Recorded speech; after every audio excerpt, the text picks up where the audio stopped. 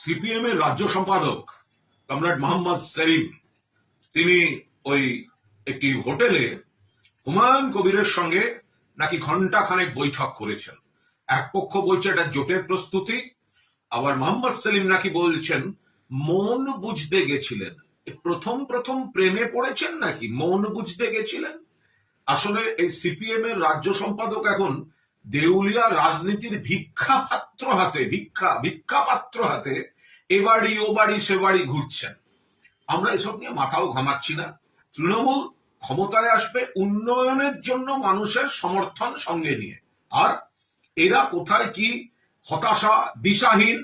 34 বছর ক্ষমতায় ছিল, এখনো একা লড়ার মুরদ নেই। কখনো কংগ্রেসের জুতো পালিশ করতে হচ্ছে, আমাদের সঙ্গে আসুন, আমাদের সঙ্গে আসুন, আমাদের সঙ্গে আসুন। 3 টায়ার শূন্য এই সেলিমের সিপিএম।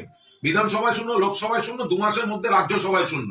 আর দেউলিয়া রাজনীতির ভিক্ষাপাত্র হাতে বাড়ি বাড়ি যাচ্ছেন, হুমায়ুন কবিরের কাছে গেছেন। হুমায়ুন কবিরকে এ বিষয়ে আমি কোনো মন্তব্যই করব না। উনি কোণঠাসা অবস্থায় আছেন, উনি তো চাইবেন কেউ না কেউ আসুন, উনি তো প্রকাশ্যে বলছেন।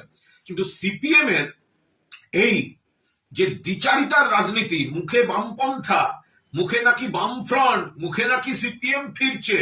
আরে যে সব লোকগুলো লাল ঝান্ডা নিয়ে শহীদ মিনারে 2-1টা মিটিং করতে যায়, তারাই তো বাড়ি এসে বিজেপিকে এতদিন ভোট দিয়ে এসছে। সেই কারণেই তো বিজেপির কিছু পার্সেন্টেজ অফ ভোট বেড়েছে। আর মোহাম্মদ সেলিম কখনো কংগ্রেসকে আমাদের সঙ্গে আসুন, তৈরি হন। আরে আপনার পার্টির ক্ষমতা নেই, আপনি কিসের রাজ্য সম্পাদক? 294টা সিটে বামফ্রন্টের লড়ার ক্ষমতা নেই, মুরদ নেই। আরো ভোট কমে যাবে, মুছে যাবে। সেই জন্য কমরেড মোহাম্মদ সেলিম দেউলিয়া রাজনীতির ভিক্ষাপাত্র হাতে মন বুঝতে যাচ্ছে গো, মন বুঝতে যাচ্ছে। যারা সিপিএম এতদিন করে এসছেন, এখন বিতৃষ্ণায় করেন না। এইসব দৃশ্যপট দেখলে তাদের বিতৃষ্ণা এই কমরেড মোহাম্মদ সেলিম অ্যান্ড কোম্পানির প্রতি আরো বাড়বে। 34 বছর ক্ষমতায় থেকে এখনো 294টা সিট। আর একা মানে কি? সিপিএম তো একা লড়ে না, এমনিতেই ওটা বাম ফ্রন্ট, একগাদা দল। তো বাম ফ্রন্টেরও মুরদ নেই।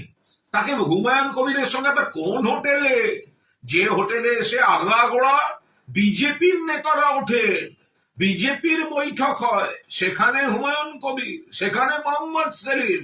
ফলে এই গোটা জিনিসটার মধ্যে একটা প্রচ্ছন্ন সুতোর টান অন্যদিকের আছে।